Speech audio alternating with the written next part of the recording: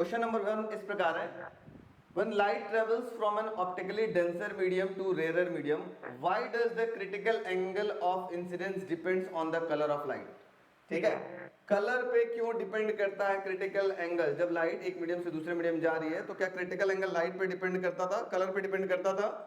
तो मैंने आपको बताया था यस, कलर पे डिपेंड करता था। याद होगा मैंने एक फॉर्मूला बताया था जिसको हमने काउची फॉर्मूला बोला था, उम्मीद है कि सबको याद होगा।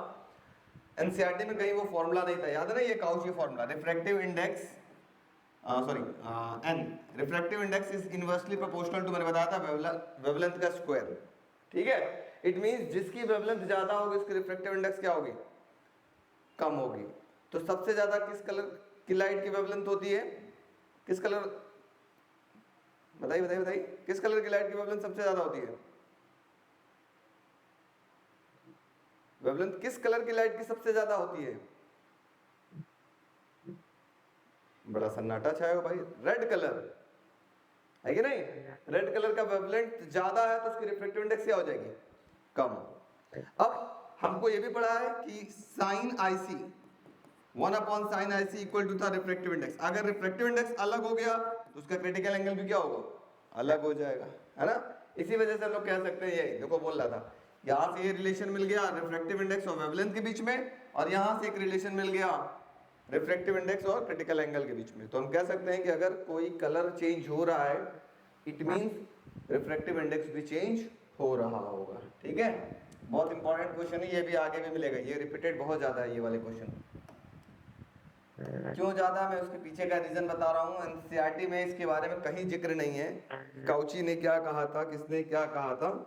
ठीक है, चलो आगे देखते हैं। अगला क्वेश्चन है, how does the angle of minimum deviation of a glass prism vary if the incident violet light is replaced by red light. अब बोल रहा है अगर वॉयलेट लाइट की जगह हम रेड लाइट कर दें तो एंगल ऑफ डेविएशन, जिसको आप डेल्टा बोलते थे, डेल्टा पे क्या फर्क पड़ेगा। तो याद करके देखो, मैं आपको अगर इस फिगर से याद करके दिखाऊं तो बात करूं, ऐसे जाता था लाइट, व्हाइट लाइट, सबसे नीचे कौन सा कलर आता था आप लोग बताओ फटाक से, सबसे नीचे कौन सा कलर आता था, वॉयलेट, और सबसे ऊपर कौन सा आता था, रेड। अब मैं यहीं से बोलूं किसका एंगल ऑफ डेविएशन ज्यादा है, देखो वॉयलेट का कि रेड का, जल्दी बताओ तो, डेल्टा किसका ज्यादा है, रेड का या वॉलेट का? हाँ वॉलेट का। तो इसका मतलब angle of deviation of violet colour is greater than the angle of deviation of red colour, simple सी बात।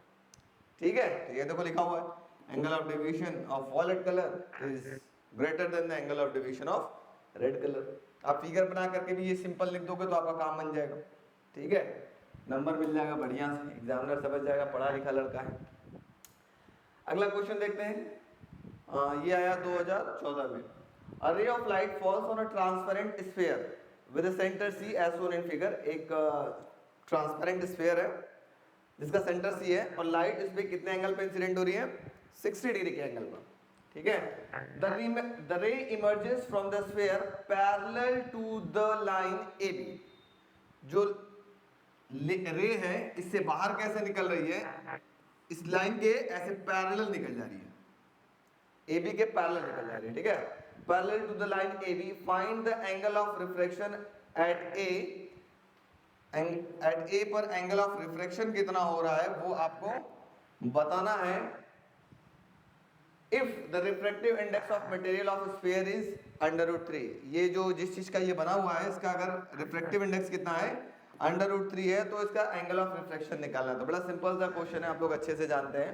ये होता है रिफ्रैक्टिव इंडेक्स इक्वल टू होता है sin i upon sin r। Refractive index given है कितना, √3, sin i angle of incidence आपके पास गिवन है कितना, 60 डिग्री, और sin r निकालना है तो क्रॉस मल्टीप्लाई करिए, यहाँ से sin r की वैल्यू निकालेंगे तो कितना आ रहा है, 30 डिग्री। तो 30 डिग्री के एंगल पे ये क्या होगा, रिफ्लेक्ट हो जाएगा। ठीक है, ये एक अच्छा क्वेश्चन है, ये भी एक आध बार रिपीट किया हुआ सेम क्वेश्चन। वाटर ड्रॉपलेट के नाम से कभी कभी ये क्वेश्चन आया था, वाटर ड्रॉपलेट के नाम से आएगा तो वही 1.33 इसका रिफ्रैक्टिव इंडेक्स दे देगा। इस तरीके से इसी क्वेश्चन को घुमाया गया है, कभी लिख दिया है √3 रिफ्रैक्टिव इंडेक्स, कभी बोलेगा कि 1.33, इस तरीके से अलग अलग लिक्विड पे अलग अलग रिफ्रैक्टिव इंडेक्स पे क्वेश्चंस ये रिपीट हुए हैं। हमें मिलेंगे, देखेंगे आप आगे देखेंगे इस टाइप के क्वेश्चंस रिपीट मिलेंगे। ठीक है, मैं इस पीडीएफ को शेयर कर दूंगा, आप लोग लगाइएगा आराम से, कोई टेंशन नहीं है। तब तक देखते हैं नेक्स्ट क्वेश्चन। बोल रहा है क्या, ये कब आया हुआ है, ये भुवनेश्वर में आया हुआ है, तो देखते हैं क्या बोल रहा है। For the same angle of incidence the angle of reflection in two media A and B are 25 and 35 degree respectively. बोल रहा है अगर एंगल ऑफ इंसिडेंस, ठीक है, दोनों का सेम हो, लेट अस सपोज दैट ये एंगल यहां पर भी आई हो और ये दूसरा कोई मीडियम है, यहां पर भी एंगल ऑफ इंसिडेंस क्या हो, सेम हो, आई हो, ठीक है। For the same angle of incidence the angle of reflection in two media, इस वाले में एंगल ऑफ रिफ्लेक्शन है 25 डिग्री और इस वाले में एंगल ऑफ रिफ्लेक्शन है आपके पास कितना, 35 डिग्री, ठीक है। In which of the two media is the speed of light is lesser, किस केस में लाइट की स्पीड कम होगी, पहले तो ये बताओ, सीधी सी बात बताओ किस में कम होगी। अब अंदाज पे पहले बताओ, ये तो सॉल्व करके मैंने आपको बताऊंगा आराम से, पहले एक अंदाज पे बताओ कि फिगर देख करके किस में कम होगी, बताओ फटाक से किस में कम होगी। सारे बच्चे बोल सकते हैं, वीडियो वाले ही हैं, आप ही लोग को आंसर देना है। इसमें कम होगी क्योंकि इसमें ज्यादा होगी तो ज्यादा अंदर, इसमें ज्यादा होगी कि इसमें कम होगी। देखो अगर लाइट की स्पीड सेम रहती तो क्या होता, ये लाइट ऐसे आई थी ऐसे चली गई होती, यही तो होता है कि नहीं। लाइट की स्पीड अगर सेम रहती तो ऐसे चला गया होता। अब लाइट की स्पीड धीरे धीरे क्या हो रही है, कम हो रही है, इसका मतलब धीरे धीरे ये बेंड हो रही है ना। जितना ज्यादा बेंड होगी उतना स्पीड क्या होगी, कम होगी। तो किसमें बेंडिंग ज्यादा दिख रहा है, 35 डिग्री में कि 25 डिग्री में? 30 डिग्री में। हाँ, इसमें बेंडिंग ज्यादा दिख रहा है तो इसमें स्पीड बहुत कम हो जाएगी एज कंपेयर टू दिस। इसका मतलब स्पीड किस में ज्यादा होगा, 35 डिग्री पे एज कंपेयर टू 25 डिग्री। देखो यहाँ पे लिख भी रहा होगा, और वीबी का मतलब दूसरे वाले केस में वेलोसिटी ज्यादा है एज कंपेयर टू पहले वाले से।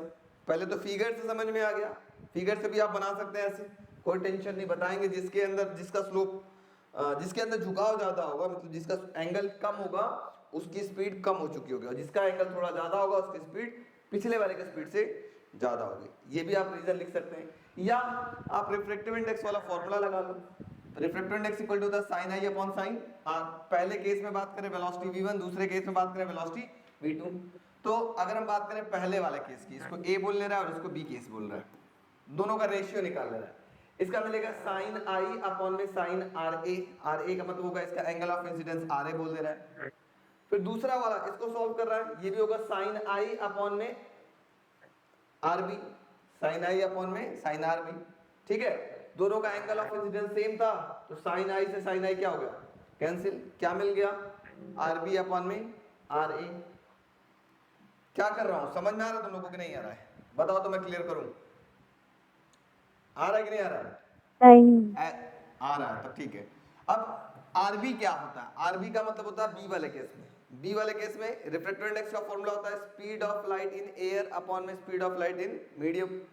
तो एयर क्या था, ये v1 था, मीडियम क्या था, v2 था, ये लिखा गया v1 अपॉन में v2, v2 को vb बोल लिया गया, इसको vb बोल लो, ठीक है। समझ में आ रहा है मेरी बात? आरबी की बात कर रहा हूं, साइन आरबी।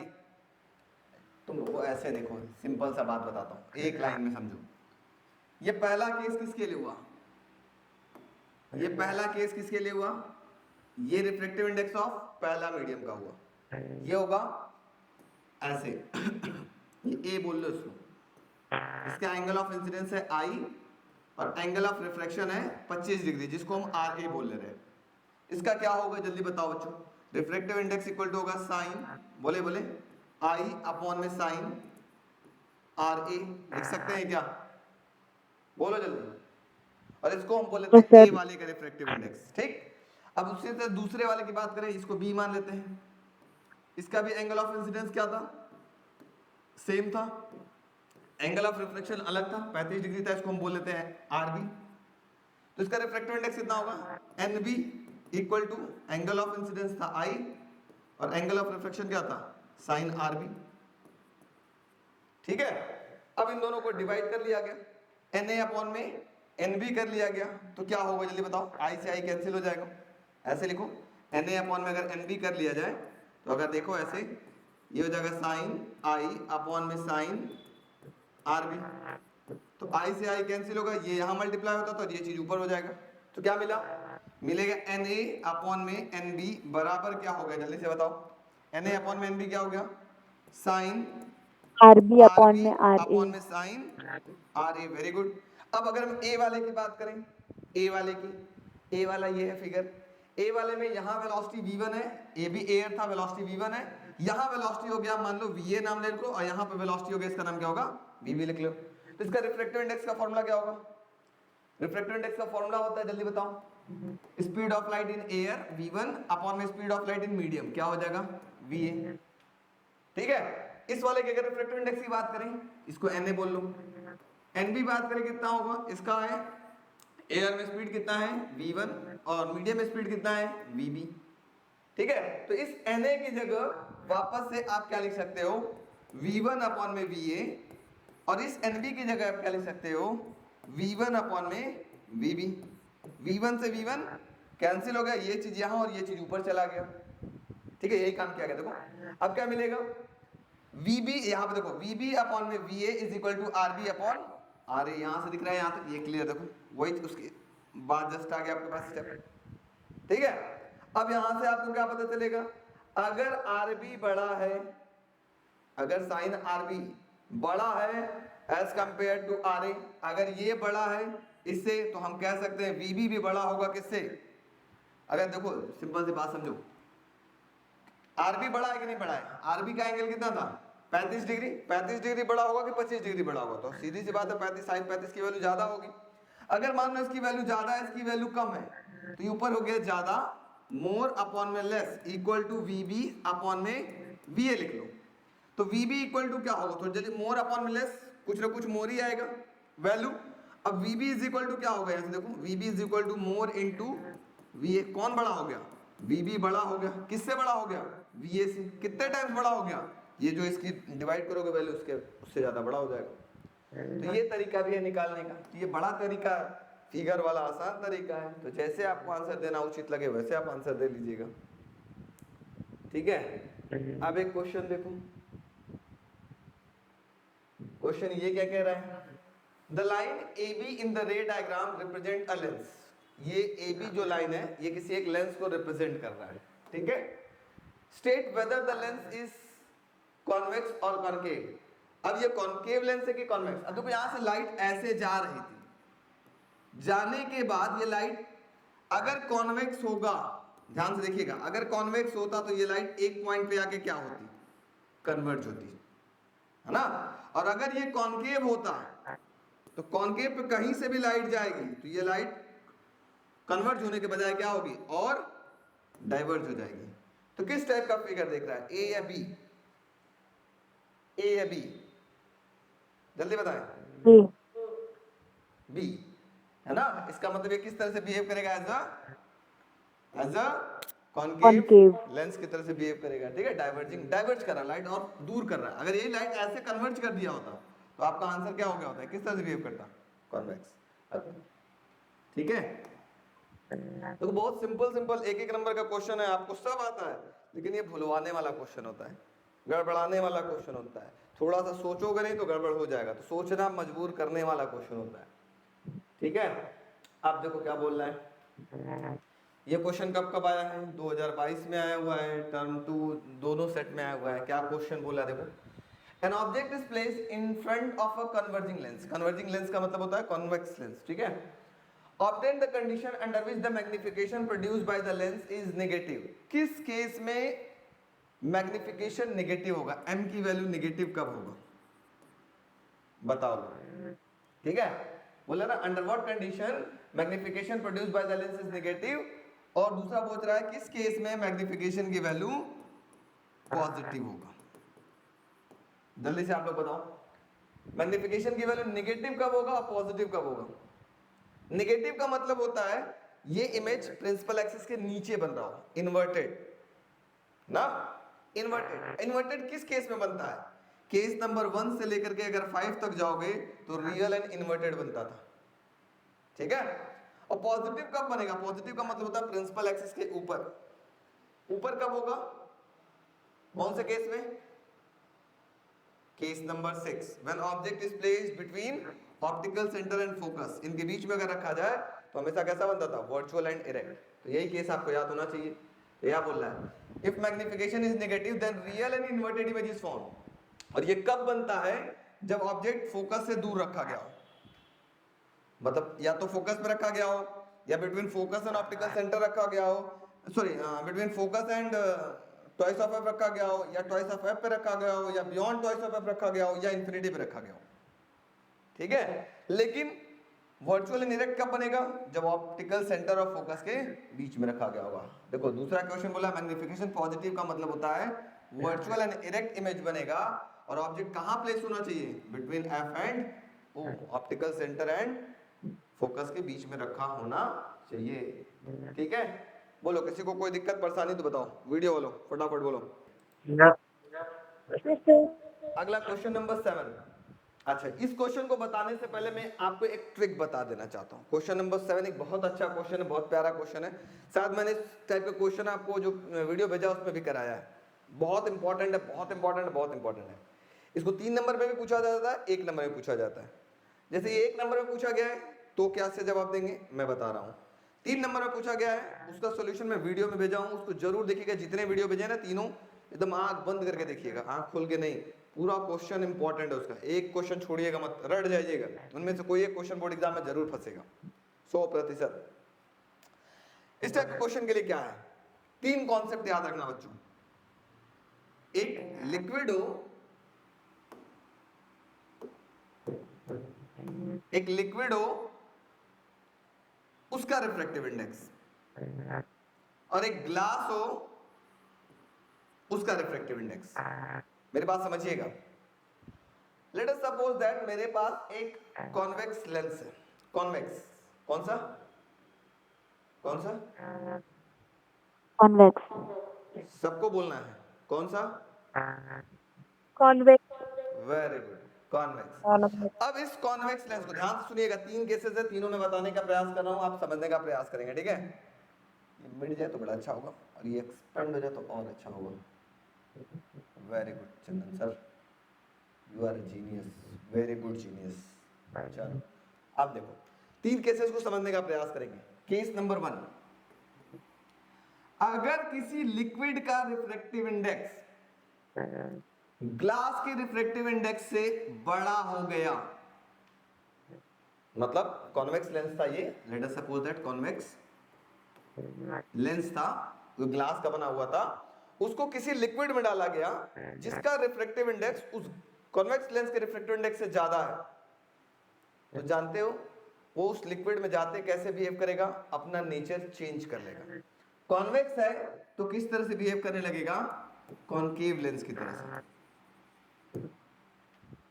कॉन्वेक्स है तो किस तरह से बिहेव करेगा, कॉनकेव लेंस की तरह से बिहेव करने लगेगा। कब, अगर उस ग्लास का रिफ्रैक्टिव इंडेक्स लिक्विड के रिफ्रैक्टिव इंडेक्स से कम हो, सॉरी मतलब लिक्विड का रिफ्रैक्टिव इंडेक्स ज्यादा हो ग्लास के अपेक्षा।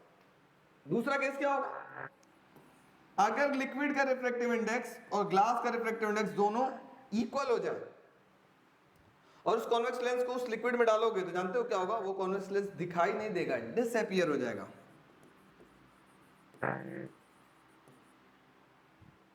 दोनों एक जैसे हो जाएंगे, दिखाई नहीं देगा, लगेगा नहीं, वो तो लगेगा लिक्विड है, ग्लास है ही नहीं उसके अंदर, मतलब लेंस गायब हो जाएगा उसमें से।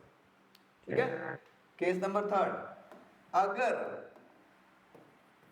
इफ ग्लास का रिफ्रैक्टिव इंडेक्स ज्यादा हो जाए लिक्विड से, तब नेचर नहीं चेंज होगा, नो चेंज,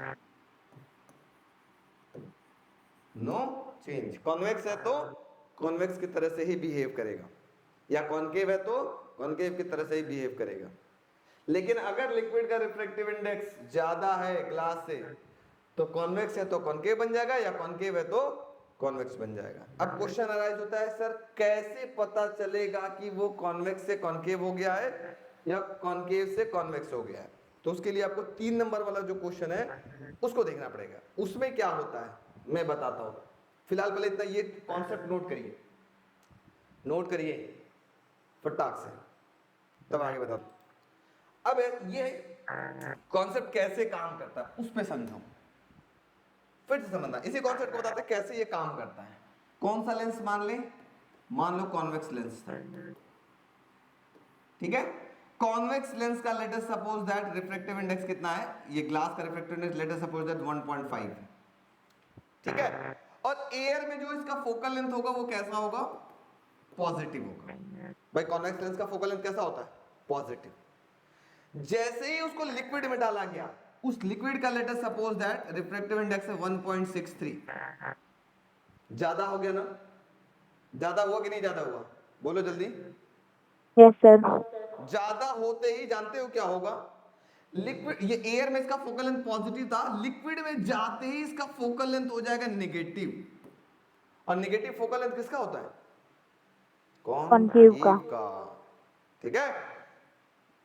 तुरंत आप समझ गए कि भाई लिक्विड में जाते ही उसका फोकल लेंथ अगर नेगेटिव हो गया, इट मींस वो किस तरह से बिहेव करेगा, एज अ कॉन्केव लेंस। अगर ये कॉन्केव होता तो क्या होता, लो एक दूसरा एग्जांपल ले लेता हूं, एग्जांपल 2। अगर ये कॉन्केव लेंस होता तो क्या होता, ठीक है, कॉन्केव लेंस होता तो क्या होता। अब ये किस तरह से चेंज हो जाएगा, ये चेंज किस तरह से हो गया होता, जल्दी बताओ। ये चेंज हो गया था, ऊपर वाला कॉन्वेक्स था तो किस में चेंज हो जाता, कॉन्केव लेंस में चेंज हो जाता। अब मान लो कॉन्केव लेंस है, इसका रिफ्रैक्टिव इंडेक्स कितना था, 1.5। एयर में रिफ्रैक्टिव इंडेक्स कैसा होगा, जल्दी बताओ। कॉन्केव है तो रिफ्रैक्टिव इंडेक्स कैसा होगा, पॉजिटिव या नेगेटिव, तो कॉन्केव का हमेशा कैसा होता है, नेगेटिव होता है। Very good. अब सपोज करो जिस लिक्विड के अंदर डाला गया उसका रिफ्रैक्टिव इंडेक्स कितना है, 1.63। लिक्विड का रिफ्रैक्टिव इंडेक्स क्या ग्लास के रिफ्रैक्टिव इंडेक्स से ज्यादा है, यस नो। अगर ज्यादा है तो इसका नेचर चेंज हो जाएगा। कॉन्केव किस तरह से बिहेव करेगा, कॉन्वेक्स। कॉन्वेक्स की तरह से। और कॉन्वेक्स का फोकल लेंथ कैसा होगा, लिक्विड में जाते ही पॉजिटिव। पॉजिटिव हो जाएगा, क्योंकि हमको पता है कॉन्वेक्स का फोकल लेंथ कैसा होता है, पॉजिटिव। तो इट मींस लिक्विड में जाते ही हम उसका क्या चेक करते हैं, उसका हम फोकल लेंथ चेक करते हैं। अगर फोकल लेंथ नेगेटिव आ गया तो कॉन्वेक्स से वो कॉन्केव हो चुका होगा। और अगर लिक्विड में जाते ही पॉजिटिव हो गया, नेगेटिव से पॉजिटिव हो गया, इसका मतलब पॉजिटिव किसका होता है, कॉन्वेक्स का होता है, ठीक है। तो इस क्वेश्चन में क्या बोला था, थोड़ा ध्यान से देखो। 3 नंबर के हिसाब से अगर इसने सॉल्व किया तो क्या बोला था, क्वेश्चन देखना, थोड़ा ध्यान से देखना बच्चों आप लोग। बोल रहा है a concave lens as a refractive index, एक लेंस है मतलब ग्लास है जिसका रिफ्रैक्टिव इंडेक्स है 1.5, emerge in a medium of refractive index 1.65, liquid के अंदर डाला गया जिसका रिफ्रैक्टिव इंडेक्स है 1.65। आपको क्या लगता है किस टाइप का लेंस था ये, कॉन्केव लेंस था। कॉन्केव लेंस था, इसका मतलब फोकल लेंथ पहले कैसा रहा होगा, एयर में नेगेटिव रहा होगा, बाद में इसका फोकल लेंथ बढ़ गया होगा या चेंज हो गया होगा लिक्विड में जाते, बताओ। नेचर चेंज हुआ होगा कि नहीं, पहले ये बताओ। हुआ होगा। सब बोलो, नेचर चेंज हुआ होगा कि नहीं, अगर हुआ होगा तो क्यों हुआ होगा, क्योंकि ये लिक्विड में है इसीलिए चेंज हो गया है, इससे ज्यादा है ग्लास से उसका रिफ्रैक्टिव क्योंकि इंडेक्स। लिक्विड का रिफ्रैक्टिव इंडेक्स ग्लास के रिफ्रैक्टिव इंडेक्स से ज्यादा है। ज्यादा है इसका मतलब ये कॉन्केव किस तरह से बिहेव करेगा, कॉन्वेक्स की तरह से। और पता है कॉन्वेक्स का फोकल लेंथ कैसा होता है, पॉजिटिव। तो फाइनल फोकल लेंथ कैसा आना चाहिए, अगर पॉजिटिव आ रहा है तब तो हम कहेंगे भैया ये अपना नेचर चेंज कर चुका है। तो देखो सॉल्व किया, सॉल्व करने के बाद फाइनल फोकल लेंथ कैसा आ गया, पॉजिटिव आ गया, hence it acts as a convex lens. तो आप इतना बड़ा नहीं करके दिखाओगे, अगर 2 नंबर में पूछ रहा है, 1 नंबर में पूछ रहा है तो मेरा वाला कॉन्सेप्ट यूज करना, और अगर 3 नंबर में पूछ रहा है तो मैंने न्यूमेरिकल इस पे 2 न्यूमेरिकल कराया है, उसको जरूर से ध्यान दे लीजिएगा, ठीक है। ये बहुत बार रिपीटेड क्वेश्चन अभी आगे और भी मिलेंगे, 3 नंबर में भी मिलेगा सेम क्वेश्चन, सेम, ठीक है। चलिए आगे बढ़ते हैं, समझ में आया कि नहीं, जल्दी बोले सभी लोग, तब हम आगे बढ़ेंगे। यस नो, हाँ ना, यस सर। एक ग्रुप से नहीं चलेगा काम, 2। बड़ा धीरे आवाज आ रही है, आवाज आप लोग सुनाई नहीं दे रही मुझे, आया, यस सर। वेरी गुड, आगे बढ़ो। अब देखो, वाह, कॉम्बिनेशन वाला क्वेश्चन, ध्यान से देखेंगे आप। ये एनसीईआरटी का क्वेश्चन है, अच्छा क्वेश्चन है। एनसीईआरटी में एक आध क्वेश्चन कुछ अच्छे हैं, ऐसा नहीं कि एक अच्छा ये क्वेश्चन है। क्या बोला, what is the focal length of combination of a convex lens of focal length 30 centimetre and a concave lens have a focal length 20 centimetre. Convex है तो थोड़ा सा ध्यान दीजिए, मैं जो बात बताने जा रहा हूं। कॉन्वेक्स है तो फोकल लेंथ कैसा लिखेंगे, पॉजिटिव, ठीक है। कॉन्केव है तो फोकल लेंथ कैसा लिखेंगे, नेगेटिव, बार बार बता रहे आ रहा हूँ। According to sign convention convex का फोकल लेंथ पॉजिटिव और कॉन्केव का नेगेटिव। इन दोनों को एक साथ कंबाइन किया गया है, ठीक है। तो उसका नेट फोकल लेंथ कितना होगा, फॉर्मूला मैंने बताया था 1/f equal to 1/f1 plus 1/f2। f1 की वैल्यू हो गई 1 बाई, आप ऐसे भी करके सॉल्व कर सकते हो, 1/f इक्वल टू हो जाएगा 1/30 प्लस f2 की वैल्यू कितना हो गया 1/-20। अब रख करके सॉल्व कर लीजिए। सॉल्व करेंगे तो आपको क्या मिलेगा, सॉल्व करेंगे तो ये मिला -60। अब मैं पूछूं कि -60 आ गया तो ये जैसे एक कॉन्वेक्स था और एक कॉन्केव था, दोनों का ऐसे कंबाइन किया गया, ये रिजल्टिंग मतलब जो रिजल्ट फाइनल लेंस मिलेगा वो किस तरह से बिहेव करेगा, फाइनल इसका नेचर क्या होगा, कॉन्वेक्स या कॉन्केव की तरह से। कॉन्केव। क्यों कॉन्केव, क्योंकि यहाँ निगेटिव आया है। फाइनल फोकल लेंथ अगर निगेटिव आ गया तो याद रखिएगा, अगर नेगेटिव फोकल लेंथ किसका होता है, कॉन्केव का होता है। तो देखो the focal length of combination is 60 centimetre and it act as a diverging lens. Diverging का मतलब कॉन्केव लेंस। क्यों कॉन्केव, क्योंकि इसका फाइनल फोकल लेंथ नेगेटिव आया है। और नेगेटिव किसका होता है, कॉन्केव का। बोलो बच्चा लोग समझ में आया कि नहीं। 20 में आया हुआ क्वेश्चन 2020, क्या बोल रहा है, An astronomical telescope may be refracting type और reflecting type telescope। तो जो एस्ट्रोनॉमिकल टेलीस्कोप है वो दोनों तरीके के हो सकते हैं, रिफ्लेक्टिंग भी हो सकते हैं और रिफ्रैक्टिंग भी हो सकते हैं, ठीक है, जैसा कि हम लोगों ने देखा था, ठीक है। बोला है which of the two produces image of better quality, justify your answer। तो आप बताएंगे, आप पढ़ चुके हैं, किस टाइप का टेलीस्कोप बेहतरीन क्वालिटी का इमेज क्वालिटी अच्छा शो करता है, किस टाइप का टेलीस्कोप, याद है, रिफ्लेक्टिंग। रिफ्लेक्टिंग टाइप टेलीस्कोप में कौन सा पढ़ा था आपने, रिफ्लेक्टिंग टाइप टेलीस्कोप में कौन सा टेलीस्कोप पढ़ा था आपने, कासगेन टाइप टेलीस्कोप ना, मैंने बताया था उसमें क्या क्या चीज थी, उसकी बिहेवियर याद करिएगा। No chromatic aberrations because the mirror is used. जो कलर का इधर उधर होता है वो कलर एकदम एग्जैक्ट कलर बताएगा कि किस कलर का आप वो प्लेनेट है या जो भी चीज आप देख रहे हैं, ठीक है। स्फेरिकल एब्रेशंस मींस जो आप कभी कभी फोटो खींचते हैं ना तो जो किनारे का जो साइड होता है वो ऐसे ऐसे थोड़ा थोड़ा मुड़ जाता है, स्फेयर जैसा हो जाता है, वो भी प्रॉब्लम दूर हो जाती है।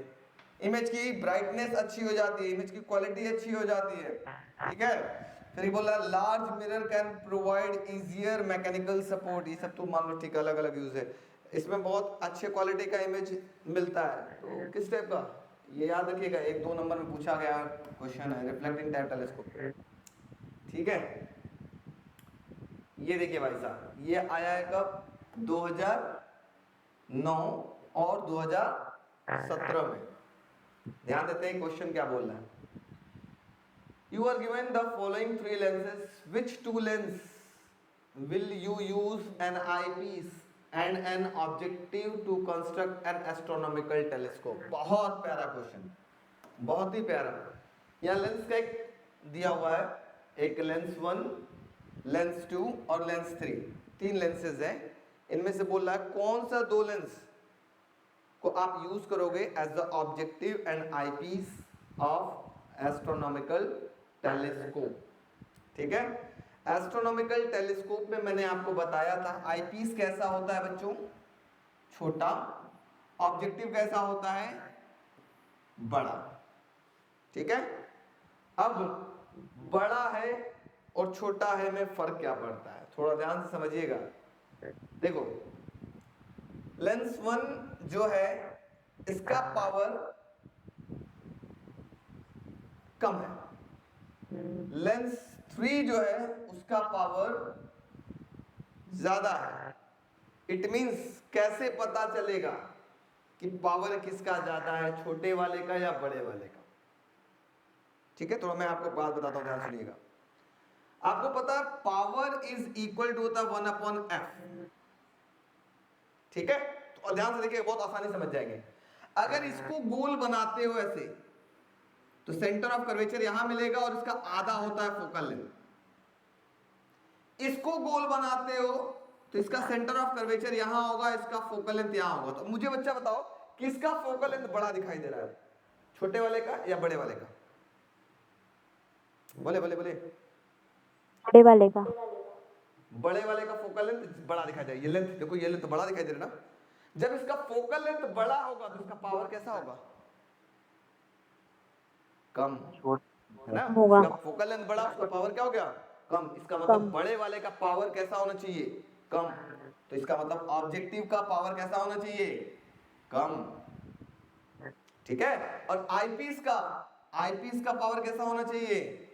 ज्यादा। ज्यादा। क्यों? क्योंकि इसका फोकल लेंथ कम है, बहुत छोटी सी है फोकल लेंथ, इतनी बड़ी सी है, बस इतनी बड़ी लेंथ है। तो जब फोकल लेंथ इसका कम है तो पावर इसका क्या होगा? ज्यादा। तो आईपीस का देखो, ये है आईपीस लेंस 3, इसका पावर कितना है? ज्यादा। इसी वजह से यूज किया जाता है इसमें, टेलीस्कोप में। अब मैं आपसे एक क्वेश्चन पूछ, देखिए किसको याद हो गया ये वाला कॉन्सेप्ट, किसको याद है? 3 लेंस बनाते हैं, बताओ किसका पावर ज्यादा? वन, एक लेंस है इतना बड़ा, 2 एक लेंस है इतना बड़ा, और 3 एक लेंस है इतनी छोटी। बताओ सबसे बड़ा पावर किसका? बताओ बताओ बताओ बताओ, सबसे बड़ा पावर किसका? 1 का, 2 का या 3 का? 3 का। 3 का। कैसे? क्योंकि फोकल इसका length focal focal length length छोटा कम है, होगा, इसका फोकल लेंथ छोटा होगा तो इसका पावर सबसे बड़ा होगा। ज्यादा होगा। फिर उसके बाद ये होगा, फिर उसके बाद ये होगा। अब इसमें इसी में क्वेश्चन पूछो, सबसे छोटा पावर किसका? हिस्से वाले का। एकदम सेकंड वाले का। क्यों? क्योंकि इसका फोकल लेंथ बड़ा, और जिसका फोकल लेंथ फोकल लेंथ बड़ा हमको पता है P is equal to the 1/f। जिसका फोकल लेंथ बड़ा उसका पावर क्या हो जाएगा? छोटा। समझ में आ गया कॉन्सेप्ट? Yes, no? नेक्स्ट क्या कह रहा है?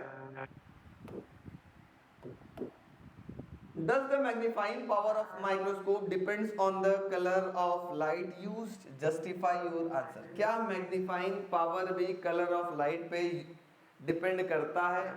तो आपका आंसर होना चाहिए करता है भाई साहब, है ना। क्यों करता है? कहीं ना कहीं फोकल लेंथ बीच में आ ही रहा है, और हमको पता है अगर फोकल लेंथ और रिफ्रैक्टिव इंडेक्स के बीच में एक रिलेशन होता है जिसको हम बोलते हैं लेंस मेकर फॉर्मूला। इसका मतलब अगर फोकल रिफ्रैक्टिव इंडेक्स चेंज होगा तो फोकल लेंथ चेंज होगा, और इधर अगर फोकल लेंथ चेंज हुआ तो मैग्नीफाइंग पावर भी क्या होगा? चेंज होगा। तो इसका मतलब एक दूसरे पे डिपेंडेंट है, फोकल लेंथ रिफ्रैक्टिव इंडेक्स पे और फोकल लेंथ मैग्नीफाइंग पावर पे। अगर यहाँ पर रिफ्रैक्टिव इंडेक्स चेंज हुआ तो फोकल लेंथ चेंज होगा, जब यहाँ फोकल लेंथ चेंज हुआ तो यहाँ पर मैग्नीफाइंग पावर भी क्या होगा? चेंज होगा। सिंपल सी बात। आगे बढ़िए। अब देखो फिर से वही क्वेश्चन आ गया, है ना। वही क्वेश्चन, वही दुनिया, वही सब कुछ। क्या बोल रहा है? Explain briefly how the focal length of convex lens changes with the increase in wavelength of incident light. Focal length कैसे चेंज होगा अगर कहाँ गया? Explain briefly how the focal length of convex lens changes with the increase in wavelength of incident light. Incident light का wavelength अगर मैं बढ़ा दूं तो फोकल लेंथ पे क्या फर्क पड़ेगा? जल्दी बताओ बच्चों, क्या फर्क पड़ेगा? जल्दी बताओ। मैं बता रहा हूँ, फिर से देखना है यहाँ पर, उसको भूल जाओ, इसका आंसर मत देखो, मैं जो बता रहा हूँ उसका आंसर देखो। पता है 1/f इक्वल टू क्या होता है? रिफ्रैक्टिव इंडेक्स -1, 1/r1 -1/r2 होता है। दूसरी चीज, refractive index is inversely proportional to wavelength का स्क्वायर। ठीक है। अब बोल रहा है क्या क्वेश्चन कि अगर वेवलेंथ बढ़ाया जाए, वेवलेंथ बढ़ाओ तो रिफ्रैक्टिव इंडेक्स हो जाएगी कम, है ना, इनवर्सली है। अब अगर रिफ्रैक्टिव इंडेक्स कम हो गई तो ये भी इनवर्सली है फोकल लेंथ पे, तो फोकल लेंथ क्या हो जाएगा? बढ़ जाएगा, घट जाएगा? बढ़ गया। फिर से समझो, वेवलेंथ ज्यादा तो रिफ्रैक्टिव इंडेक्स कम। अब रिफ्रैक्टिव इंडेक्स कम तो फोकल लेंथ क्या होगा? बढ़ जाएगा। ज्यादा। क्या दे रहा है? हाँ, बढ़ जाएगा। तो ये बोला है फोकल लेंथ इंक्रीजेस। ठीक है। Yes, no? बहुत हलवा क्वेश्चन है, एकदम महा हलवा। फिर इसी में दूसरा क्वेश्चन क्या बोला? देखो दूसरा क्वेश्चन बोला था what happened to the focal length of convex lens when it is immersed in water? The refractive index of material of lens is greater than that of water. ठीक है। अब क्या बोल रहा है? Refractive index of material, it means refractive index of glass बड़ा है refractive index of water से। तो बताओ बच्चों, नेचर चेंज होगा कि नहीं, आप बताओ पहले, यस नो। नहीं होगा। नेचर चेंज नहीं होगा, नेचर चेंज नहीं होगा। नेचर चेंज नहीं हुआ तो बोला था कहाँ गया भाई साहब, वही बोला रिफ्रैक्टिव इंडेक्स किस, अच्छा फोकल लेंथ में पूछ रहा ना, what is the effect on focal length. Focal length पे क्या फर्क पड़ेगा, ये तो फोकल लेंथ पे क्या फर्क पड़ेगा जल्दी बताओ, फोकल लेंथ पे क्या फर्क पड़ेगा, बोले। क्या है वो? अरे यार तुम नहीं समझ रहे मेरी बात, फिर से दिखाओ। तीन जो कॉन्सेप्ट बताया उसको याद रखो, नहीं तो गड़बड़ कर दोगे तुम लोग, एकदम बहुत महा गड़बड़ हो जाएगा। पहला बताया था कि अगर रिफ्रैक्टिव इंडेक्स ऑफ लिक्विड बड़ा होगा ग्लास से तो बताओ क्या होगा, नेचर चेंज होगा। चेंज। इट मींस लिक्विड के अंदर उसका फोकल लेंथ कैसा हो जाएगा, अगर निगेटिव था तो पॉजिटिव हो जाएगा, या पॉजिटिव था तो निगेटिव हो जाएगा, ठीक है। दूसरा, अगर दोनों का रिफ्रैक्टिव इंडेक्स सेम हो जाए तो क्या होगा, डिसअपियर हो जाएगा, ठीक है, बात खत्म। तीसरा, अगर ग्लास का रिफ्रैक्टिव इंडेक्स बड़ा हो गया एज कंपेयर टू लिक्विड तो क्या रहेगा, वही लेंस की तरह से बिहेव करेगा, नेचर चेंज नहीं होगा, नेचर चेंज नहीं होगा, बट उसका फोकल लेंथ क्या हो जाएगा, बढ़ जाएगा थोड़ा, ठीक है। नेचर चेंज नहीं होगा लेकिन थोड़ा सा वो और मैग्नीफाई करने लगे। देखा है आपने, अगर सिंपल सी बात बोले, पानी के अंदर, पानी में तो नहीं करो, पानी का रिफ्रैक्टिव इंडेक्स होगा 1.33, ग्लास का हो जाएगा 1.5, हाँ ठीक है काम चलेगा। पानी के अंदर एक कोई लेंस को डाल दो और उसके ऊपर सनलाइट पड़ता तो लाइट क्या होता है, और ज्यादा कंसंट्रेट करते हुए निकलता है, इट मींस उसका फोकल लेंथ क्या हो चुका है, बढ़ चुका है, ठीक है, उसका फोकल लेंथ और इंक्रीज कर जाएगा, याद रखना। ये सेम एक ही क्वेश्चन को बार बार रिपीट कर रहा है। हाँ भाई, अब ये क्वेश्चन है, redraw the diagram below and mark the position of center of curvature of spherical mirror used in the given figure। अब रीड्रॉ करना है भाई, देखो इमेज उल्टा बन रहा है, उल्टा किस केस में बनता है बताओ, जब कॉनकेव लेंस होता है, कॉनकेव मिरर होता है ना, तो ये बना लिया आपने कॉनकेव, ये ऑब्जेक्ट हो गया, एक रे पैरेलल जाएगा, कहां से पास करेगा, यहां बना लेना फोकस, फोकस से पास किया ऐसे मान लो, और दूसरा रे ऑब्जेक्ट के फोकस से लेके जाना, और ये दोनों जहां पे मिलेंगे यहाँ पे आपके पास फाइनल क्या मिल गया, इमेज बन गया। ऐसे आप बना सकते हो, ठीक है। आप चाहो तो फोकस पे भी ले जा सकते हो या प्रिंसिपल एक्सिस पे, जैसे इसने प्रिंसिपल एक्सिस पे ले गया, प्रिंसिपल एक्सिस से ले गया तो भी कहाँ मिलता हुआ नजर आएगा, सेम पोजीशन पे मिलता हुआ नजर आएगा, ठीक है। लाजवाब क्वेश्चन, क्वेश्चन नंबर नेक्स्ट लाजवाब। A concave lens is placed in a water, एक कॉनकेव लेंस को वाटर के अंदर प्लेस किया गया है, ठीक है। तो ध्यान से सुनिएगा, लेंस है तो लेंस ग्लास का बना होगा और ग्लास का रिफ्रैक्टिव इंडेक्स होता है 1.5 और वाटर का रिफ्रैक्टिव इंडेक्स होता है 1.33। अब बताओ वाटर का रिफ्रैक्टिव इंडेक्स कम है as compare to glass, behaviour change होगा कि नहीं, नहीं चेंज होगा, तो ठीक है। फिर बोला है what will there will be any change in the focal length, give reason, क्या उसका फोकल लेंथ चेंज होगा, नेचर नहीं चेंज होगा लेकिन फोकल लेंथ चेंज होगा, है कि नहीं, कैसे चेंज होगा। अब ये एक नया फॉर्मूला है, इसका कहीं भी थ्योरी में जिक्र नहीं था, मैं आपको बता दे रहा हूं, इस फॉर्मूले को आप लोग लिखेंगे और इस क्वेश्चन को भी लिखेंगे, थोड़ा ध्यान से देखेंगे क्या है क्वेश्चन। आपको पता है कि अगर फोकल लेंथ ऑफ वाटर निकालना है, ठीक है, वाटर के अंदर उस लेंस का फोकल लेंथ क्या होगा, वो होगा Ng-1, Ng क्या है, refractive index of glass, -1 upon में यहां पर भी होगा Ng अपॉन में Nw-1 इंटू Fa, Fa क्या है, focal length of lens in air में, ठीक है। अब देखो जैसे हम बात करें, हमको पता है कि रिफ्रैक्टिव इंडेक्स ऑफ ग्लास बड़ा होता है, रिफ्रैक्टिव इंडेक्स ऑफ ग्लास बड़ा होता है किससे, वाटर से, इसका मतलब ग्लास बड़ा है तो Ng अपॉन में Nw की वैल्यू 1 से बड़ी होगी या छोटी, 1 से बड़ी होगी, ठीक है। तो ये हो गई 1 से बड़ी, थोड़ा ध्यान से देखिएगा, 1 से बड़ा मतलब मान लो 2, लेट अस सपोज दैट, मानने के लिए बात कर रहे हैं।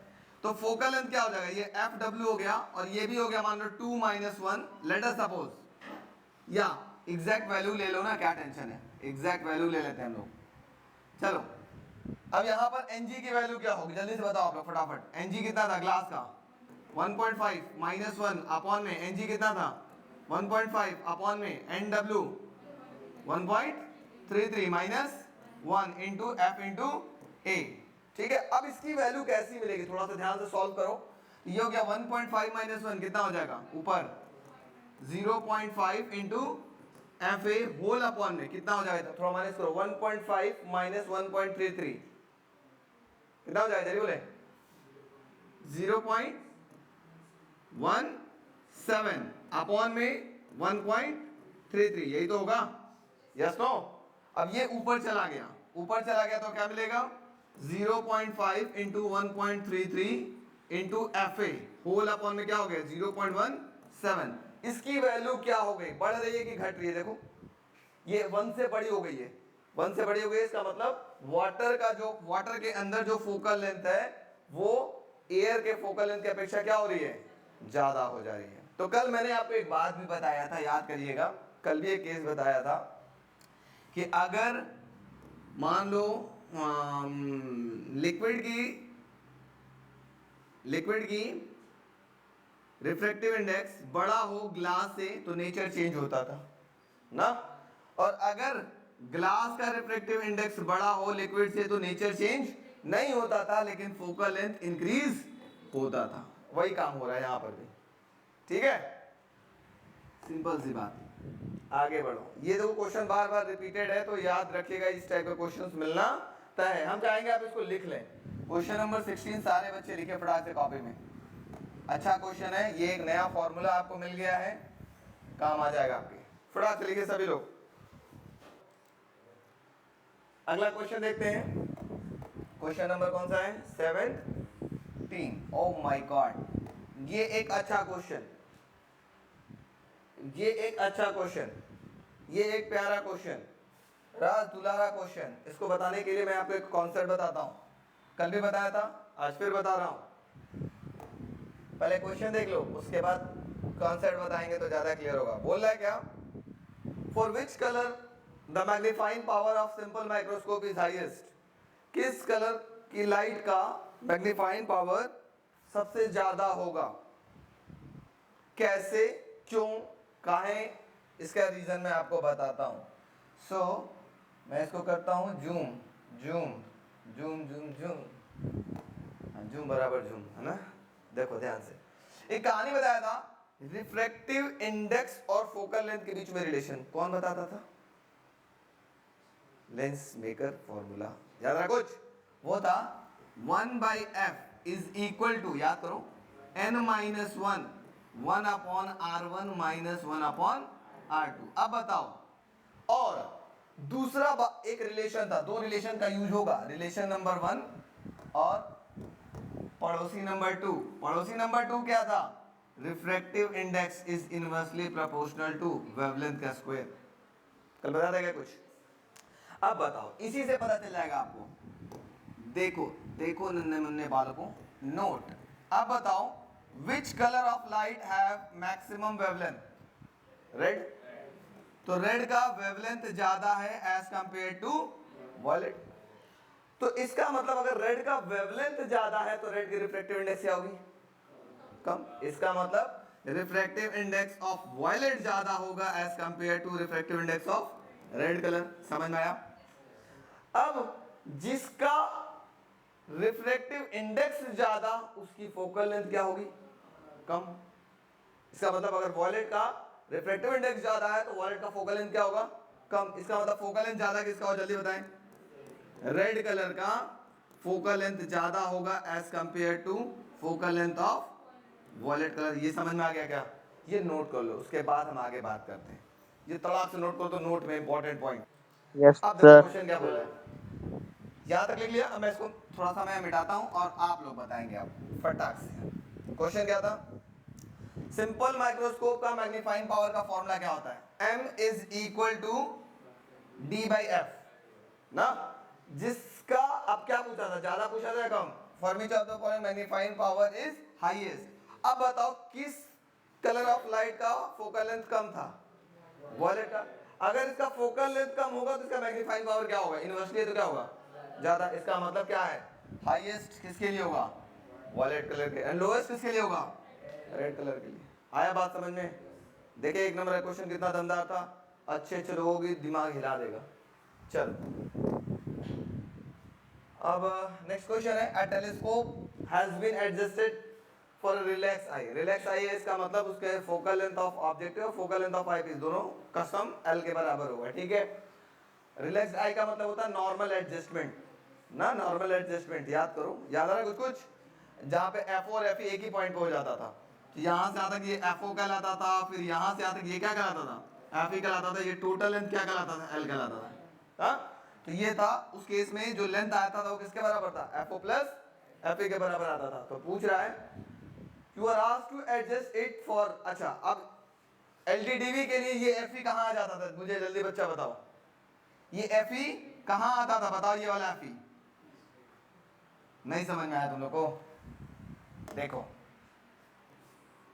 पहले नॉर्मल एडजस्टमेंट के लिए क्या था बताओ, टेलीस्कोप में एफ ओ भी यही था, एफ ई भी यही था, याद आ रहा है कुछ, यहीं पर ऑब्जेक्ट बनता था जो दूसरे वाले के लिए इमेज होता था, याद आ रहा है कुछ।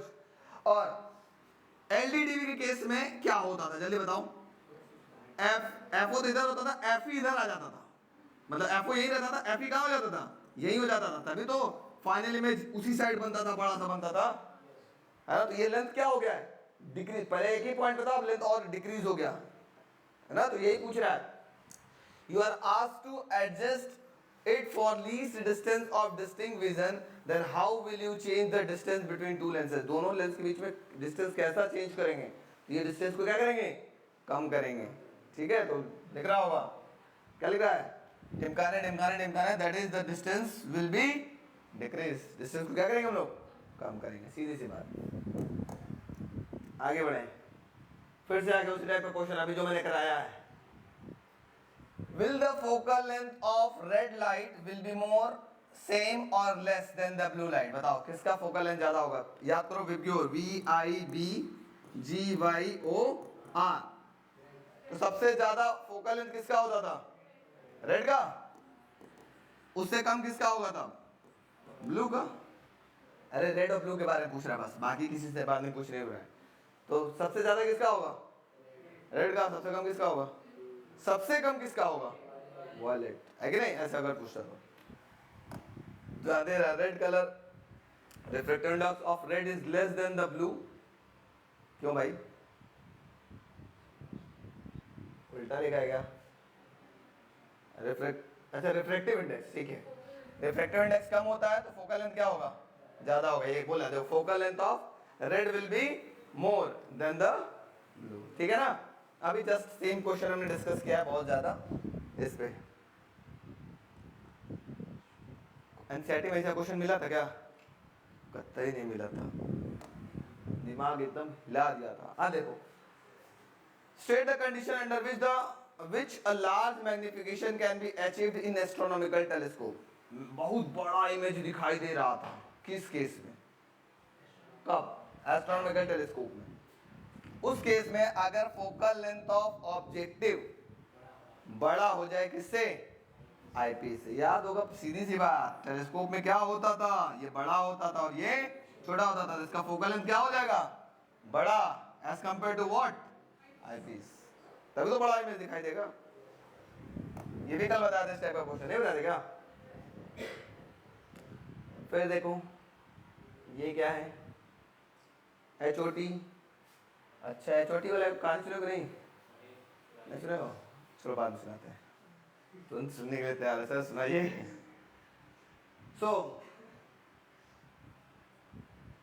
सुनाई देते हैं, रुक जाओ क्वेश्चन देखते हैं। देखो, an unsymmetrical double convex thin lenses form the image of a point object on its axis, will the position of image change if the lens is reversed। क्या बोल रहा है, an unsymmetrical double convex lens, unsymmetrical का मतलब क्या होता है जानते हो, बड़ी खतरनाक क्वेश्चन है ये, क्वेश्चन देना नहीं चाहिए था। सिमेट्रिकल का मतलब होता है कि अगर इसको बीचों बीच से फाड़ दो या बीच में एक मिरर रख दो तो मिरर के बाहर जैसा फेस है मिरर के अंदर क्या वैसा ही फेस दिखाई दे रहा है। अगर ऐसा दिखाई दे रहा है उसको बोलते हैं सिमेट्रिकल लेंस। और अनसिमेट्रिकल का मतलब क्या हो सकता है, एक ऐसा हो और दूसरा वाला साइड प्लेन हो जाए ऐसे, या ऐसा हो जाए और दूसरा वाला अंदर भी ऐसे दब जाए, तो इसको बोलते हैं अनसिमेट्रिकल लेंस। ठीक है, तो बोला है N unsymmetrical double convex lens, double convex thin lens form the image of a point object on its axis. एक कोई मान लो अनसिमेट्रिकल आपके पास कॉन्वेक्स लेंस है, इसका एक इमेज फॉर्म कर रहा है। Will the position of image change if the lens is reversed? अगर हम इस लेंस को ऐसे था अब घुमा करके ऐसे कर दें, चंदा मामा इधर थे अब चंदा मामा ऐसे कर दें, तो क्या इमेज की पोजीशन चेंज होगा क्या? जो इमेज अभी यहाँ आई बन रहा था अब ये आई कहीं और बनेगा क्या? ठीक है, तो क्या रहेगा, ये एक लेंस है, मिरर होता तो कह भी सकते थे लेंस में रिफ्रैक्शन हो रहा है, फेस वही है, लेंस वही रखा गया है, आप लेंस को उल्टा रखे चाहे सीधा रखे, इमेज की पोजीशन हमेशा क्या होगी, सेम रहेगी, कोई इफेक्ट नहीं होगी। ठीक है, लिख भी रहा होगा रिबन्स अनअफेक्टेड। चलो, ओ माय गॉड, कब आया था 2022 सेट 1 और सेट 3 में। ये ऐसा था, कोरोना वाला बैच था, कोरोना कहते थे इनको लोग, कोरोना बैच। ठीक है, तो कोरोना वाला बैच में क्वेश्चन है हलवा है, देखो क्या बोल रहा है। A point object is placed at O, एक कोई पॉइंट ऑब्जेक्ट है, कहाँ रखा गया है, ओ पर। थोड़ा फिगर को ध्यान दीजिएगा, फिगर में ही सारा खेल है। O in front of a glass sphere, एक ग्लास का स्फीयर है, ठीक है, as shown in figure, so that show the formation of image by the sphere. इसका इमेज का फॉर्मेशन आपको बताना है, बना लोगे तुम लोग? नहीं बना पाओगे? कैसे बना, बहुत सिंपल है ना, कैसे बनाओगे मूर्ख लोग? देखो सुनो सब लोग, सब ध्यान सुनेंगे। ये भी क्या है, रेयर मीडियम, ये क्या है डेंसर, ये क्या है रेयर, बस इतनी चीज का ध्यान रखना है। लाइट किधर से किधर जा रही है, ठीक है, देखो ये गई लाइट सरफेस से टकराई, पहले सरफेस से, what you have to do, ये फिगर अधूरा था, बना रहे हो तो गलत है, नॉर्मल ड्रॉ किया, कहाँ मिलेगा, बताया था कर्व पार्ट का नॉर्मल कहाँ मिलता है, सेंटर ऑफ कर्वेचर या सेंटर पर। ठीक है, अब यहां से लाइट रेयरर से डेंसर जा रही है तो क्या होगा, नॉर्मल की तरफ या नॉर्मल से आगे, नॉर्मल की तरफ, झुक गई नॉर्मल की तरफ ऐसे, फिर यहां गई, फिर सरफेस से टकराई, what you to do, you have to draw normal, ये इसका नॉर्मल कहां मिलेगा, सेंटर पर। कोई दिक्कत? अब लाइट कहां से कहां निकल रही है, डेंसर से रेयर, तो नॉर्मल के तरफ बेंड होगी या नॉर्मल से आगे जाएगी, नॉर्मल से आगे चली गई, हो गई फाइनल इमेज बन गई। कितना हलवा था सर, तो ये नॉर्मलवा बनाना जरूरी है ना, एग्जामिनर समझ जाएगा कि तुम नकल मारे हो कि अकल लगाए हो। आ गया कि नहीं आया? चलो अगला क्वेश्चन, 2019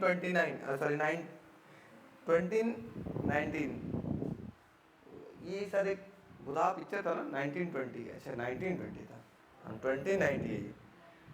हाँ देखो ये बात हलवा है, अरे ये तो हम लोगों ने कराया, किया ना, किया है नहीं कुछ, क्या किया ये, क्या प्रूव किए हो, so that the focal length of spherical mirror is 1/2 the radius of curvature. Derive किया इसको ना, F equal to R/2 prove करना था, कराया क्या? इसमें ये भी नहीं लिखा है कि इस मिरर से करना है, आप किसी भी मिरर से कर लो, ठीक है, तो मैंने दोनों से कराया, कॉन्वेक्स से भी कराया और कॉन्केव से कराया। 2019 का क्वेश्चन सॉल्व, काम खत्म, आगे बढ़ते हैं। फिर देखो, हाँ ये वाला क्वेश्चन बहुत ही दमदार है भाई साहब, ये मेरे वीडियो में है, आप लोग देखिएगा, 2020 में आया हुआ क्वेश्चन है, मैंने जो वीडियो 1-2 शेयर किया है उसमें देखिएगा, फिर से मैं बता दे रहा हूँ, वैसे आप समझने का प्रयास करें। The focal length of and equiconcave lens is 3/4 times the radius of curvature of its surface. थोड़ा ध्यान से देखेंगे, ये क्या है, पढ़िए, क्या है, इक्विकॉन्केव। इक्विकॉन्केव मतलब क्या होता है, कॉनकेव बोल दो, क्या फर्क पड़ने वाला है, क्यों कॉनकेव का मतलब दोनों फेस क्या होगा, बराबर है, ठीक है। इसका जो फोकल लेंथ है वो होगा माइनस में होता है, क्यों माइनस होता है, क्योंकि कॉनकेव है। वो कितना आता है, 3/4 times the radius of curvature of its surface. कोई भी सरफेस ले लो, उसका रेडियस ऑफ कर्वेचर 3/4 टाइम्स है, ठीक है। अब इसका R1 क्या होगा बच्चों, कोई बच्चा बताए, इसका R1 नेगेटिव होगा या पॉजिटिव, नेगेटिव, हाँ पॉजिटिव कौन बोला है, R1, R1 equal to minus are, R2 इधर मिलेगा, वो कैसा होगा, positive, R2 equal to plus R, ठीक है। Under what condition the lens behave as a converging, अच्छा किस कंडीशन में लेंस कन्वर्जिंग लेंस की तरह से बिहेव करेगा वो सब आपको बताना, ठीक है। अब देखो ये लिखा f is equal to 3/4 times of r, ये गलत लिखा है, यहाँ होना चाहिए माइनस, क्यों माइनस, कॉनकेव था, ठीक है। R1 इक्वल टू मैंने लिख दिया माइनस आर, ठीक है, R2 equal to plus R, ठीक है। फॉर्मूला आपने लगाया कौन सा, lens maker formula, 1/f equal to होता है n-1 या mu -1 1/r1 -1 upon r2। Solve कर लिया, रिफ्रैक्टिव इंडेक्स की वैल्यू क्या आ गई, 5/3। अब बोला है इफ द लेंस, अब किस कंडीशन में ये कॉन्वेक्स, इसका नेचर चेंज हो जाए बताओ। मैं चाहता हूं ये कॉनकेव है, ये कॉन्वेक्स की तरह से बिहेव करे, तो क्या करें, क्या करें, तो इसको एक लिक्विड में डाल दें और उस लिक्विड का रिफ्रैक्टिव इंडेक्स इस कॉनकेव के रिफ्रैक्टिव इंडेक्स से क्या हो, ज्यादा हो जाए, यही तो करेंगे ना, तभी तो नेचर चेंज होगा। बार बार बता रहा हूं भाई साहब, नहीं याद है, कल से चिल्लाते आ रहा हूं, ये बार बार क्वेश्चन आया हुआ, देखो बोल भी रहा होगा। If the lens is emerged in a medium of refractive index greater than 5/3, मतलब एक ऐसे मीडियम में उसको हम लोग इस लेंस को इमर्ज करें जिसकी रिफ्रैक्टिव इंडेक्स 5/3 से क्या हो, ज्यादा हो, then it will behave like a what, converging lens, वो फिर कन्वर्जिंग लेंस की तरह से बिहेव करने लगेगा। नहीं याद आ रहा ना, याद आया, वीडियो तो आया ना, क्वेश्चन क्या देखो, बताओ, बताने से पहले मैं सोच रहा हूँ ना एक बार मारपीट कर लिया जाए। मारपीट में मैं आपसे पूछूं, अगर ऑब्जेक्ट रेयरर मीडियम में रखा होगा, ऑब्जेक्ट ए भाई साहब ए ऑब्जेक्ट अगर रेयरर मीडियम में रखा है और कॉन्वेक्स हो या कॉनकेव, कोई भी सरफेस हो, फॉर्मूला क्या था, कॉन्वेक्स या कॉनकेव रिफ्लेक्टिंग सरफेस हो और ऑब्जेक्ट अगर रेयरर मीडियम में रखा हो तो फॉर्मूला क्या था, n2 n1 by v n1 minus by r equal to n2 by v minus n1 by u। अगर रेयरर मीडियम में रखा गया ऑब्जेक्ट तब डेंसर में रखा जाएगा तो n1 की जगह n2 और n2 की जगह n1 करना होता है, ठीक है मूर्ख, बोलो सब मूर्ख कर रहे सर। चलो देखो, n1 by v होगा सर ना, चलो तो क्वेश्चन क्या है, a spherical convex surface of radius of curvature 20 centimetre, इसका r कितना है 20, प्लस होगा या माइनस, r प्लस होगा माइनस, प्लस, क्योंकि गोल गोल करो तो इधर कहीं होगा, ठीक है। r मिल गया, ये बेटा बात है प्लीज थोड़ा ध्यान से देखेंगे, मैं यहाँ पे डायरेक्ट सॉल्व कर रहा हूँ, समझने का प्रयास करें। r हो गया प्लस, ठीक है। फिर बोल रहा है is made up of glass जिसका रिफ्रैक्टिव इंडेक्स है 1.5, मतलब ग्लास बताया था एयर का रिफ्रैक्टिव इंडेक्स n1 होता है और ये ग्लास का क्या कहलाएगा n2, इसका मतलब n1 है एयर, एयर का होगा 1, एयर का 1 और ये ग्लास है, ग्लास का कितना हो जाएगा 1.5, ठीक है। 1.5 is placed in air, find the position of image form, मतलब आपको क्या निकालना है v कहां बनेगा, ठीक है। image form if the position of object is placed 30 cm in front of convex surface, 30 centimetre की दूरी पर रखा गया तो u कैसा होगा, प्लस या माइनस, -30 लिख लिया गया। डायरेक्ट वाला फॉर्मूला हमने यूज किया, n2 by v minus n1 by u is equal to n2 minus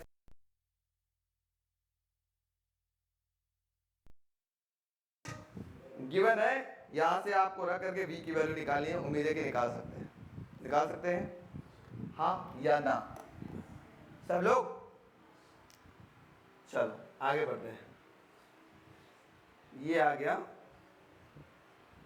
अगला question, the angular magnification of 30x is desired using objective of focal length 1.25, ठीक है। 30x का मतलब होगा ऑब्जेक्टिव का मैग्निफिकेशन कितना है 30 है, एंड इसका जो फोकल लेंथ ऑब्जेक्टिव का वो कितना है 1.25 है, एंड आईपीस का फोकल लेंथ कितना है 5 सेंटीमीटर है। How will you set up the compound microscope for final image formed at least distance of distinct vision, मतलब किस तरीके से आप एडजस्ट करेंगे जो फाइनल इमेज हो कंपाउंड माइक्रोस्कोप का, वो काम बने एलडी डीवी पे बने। तो सबसे पहले आप इसका मैग्नीफाइंग पावर निकाल लेंगे। मैग्नीफाइंग पावर होता है आपके पास, सबसे पहले मैग्नीफाइंग पावर निकालने के लिए आपको जरूरत पड़ता है ऑब्जेक्टिव का एंड आईपीस का। ये हो जाता है, दोनों को जब मल्टीप्लाई करेंगे तो आपको पता चल जाएगा final magnification of compound microscope. तो ऑब्जेक्टिव का साइज आपके पास गिवन है कितना 30, आईपीस का निकालने के लिए फॉर्मूला था 1 + d/fe, डी की वैल्यू होती है 25, fe की वैल्यू आपके पास गिवन है कितना 5, रख करके सॉल्व किया, आपके पास क्या मिल गया me की वैल्यू मिल गई 6, mo अब हमें आपको बताया था m = होता है mo × me, mo निकालने के लिए क्या किया गया m/me कर दिया गया। ये आपके पास m गिवन है, नॉट की mo है ना। एंगुलर मैग्निफिकेशन 30x दिया, इसका मतलब नेट मैग्निफिकेशन गिवन है, वो m गिवन है। तो m की वैल्यू हो गया आपके पास 30 और me आप सॉल्व किए कितना आया 6, डिवाइड कर लिया ऑब्जेक्टिव का मैग्नीफाइंग पावर कितना आ गया आपके पास 5 आ गया, ठीक है। अब पूछ रहा था कि किस तरीके से एडजस्ट करना है, मतलब ऑब्जेक्ट को कहाँ रखना है, इमेज को कहाँ रखना है, एडजस्ट करने का मतलब यही होता है। तो अब बताओ मोटी मोटा ये बताओ कि ऑब्जेक्ट किसके आगे रखते हैं, आईपीस के आगे रखते हैं कि ऑब्जेक्टिव के आगे रखते हैं, ऑब्जेक्टिव के आगे रखते हैं, है ना। तो हम ऑब्जेक्टिव वाले लेंस को पकड़ेंगे, किसको पकड़ेंगे ऑब्जेक्टिव वाले लेंस को पकड़ेंगे। थोड़ा ध्यान से देखो, मैग्निफिकेशन ऑफ ऑब्जेक्टिव, लेंस का मैग्निफिकेशन का फॉर्मूला होता है v/u, तो ऑब्जेक्टिव का मैग्निफिकेशन का फॉर्मूला क्या होगा VO/UO, और इसकी वैल्यू कितनी अभी सॉल्व करके आई है -5, ठीक है। आपको अगर यहाँ तो 5 आई है तो यहाँ माइनस क्यों लिखा गया, क्यों, क्योंकि ऑब्जेक्ट जो कहाँ प्लेस किया गया था लेफ्ट साइड में। यहाँ से VO की वैल्यू सॉल्व किया गया, VO मिल गया माइनस का 5 टाइम्स ऑफ UO। अब यूजिंग इक्वेशन UO आपको पता चल गया, UO क्वेश्चन में गिवन है कितना, कहीं गिवन है कि नहीं, क्वेश्चन नहीं किया, क्वेश्चन में नहीं गिवन है क्या, UO की वैल्यू देना चाहिए, हाँ UO नहीं दिया है,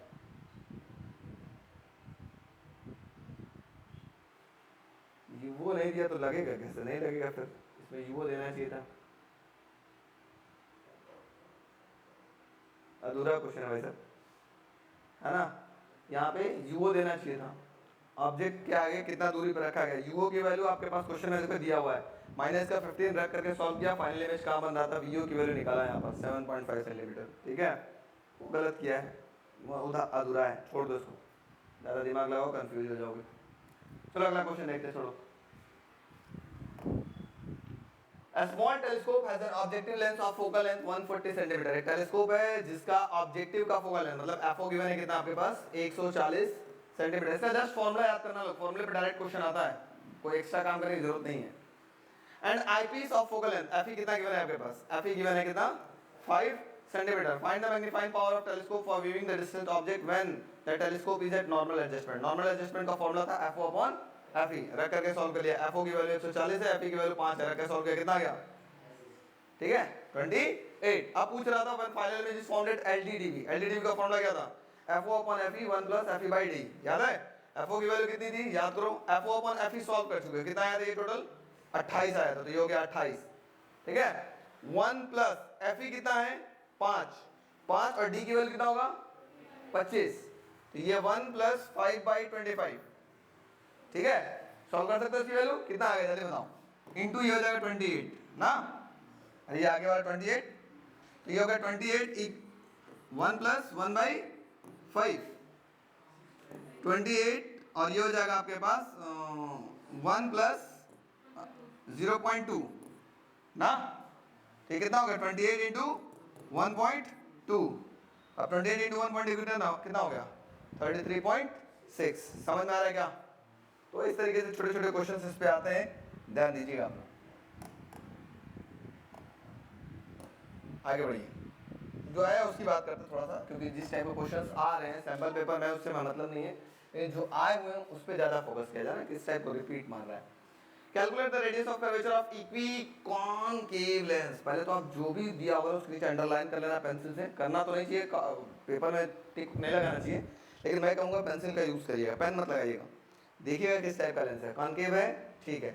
इसका रिफ्रैक्टिव इंडेक्स कितना गिवन है 1.5, when it is kept in a medium for refractive index 1.4 to have a power of -5। Calculate the radius of curvature, आपको r निकालना है, ठीक है, r फाइंड आउट करना है। इसका रिफ्रैक्टिव इंडेक्स गिवन है 1.5, when it is kept in a medium for refractive index 1.4। ये ग्लास का था, जब इसको किसी मीडियम में डाला गया मतलब लिक्विड का, रिफ्रैक्टिव इंडेक्स कितना गिवन है 1.4 है। जिस समय उसका पावर कितना था, पावर गिवन है -5 डॉप्टर। तो पूछ रहा है रेडियस ऑफ कर्वेचर क्या होगा, तो फॉर्मूला क्या है, ये कहाँ से फॉर्मूला है बच्चों जानते हो, ये फॉर्मूला है ऐसे, मैं आपको दिखा देता हूँ। 1/f इज इक्वल टू, आपने फॉर्मूला पढ़ा है n - 1 1/r1 - 1/r2 पढ़ा है क्या। और हमको पता है कि 1/f किसके बराबर होता है, पावर होता है क्या। तो इसकी जगह रख दिया गया power equal to n - 1 1/r1 - 1/r2। अब एक और इसमें कहानी सुनिएगा, किसको किसमें डाला गया, किसको किसमें डाला गया। तो इसको ऐसे लिखेंगे, थोड़ा ध्यान से सुनिएगा, बहुत जरूरी बात है। क्वेश्चन ये मैं कराया हूँ, वीडियो में भेजा हूँ, बहुत इंपॉर्टेंट वीडियो है वो। ग्लास को लिक्विड में डाला गया, ग्लास को लिक्विड में डाला गया, ये हो जाएगा 1/r1 - 1/r2।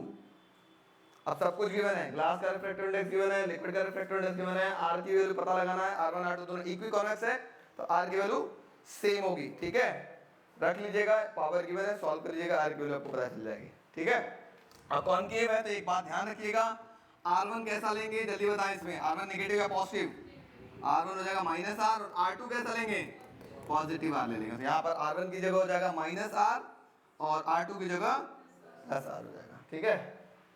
r1 की जगह -r और r2 की जगह +r होगा। इसके बाद हम लोग सॉल्व कर लेंगे,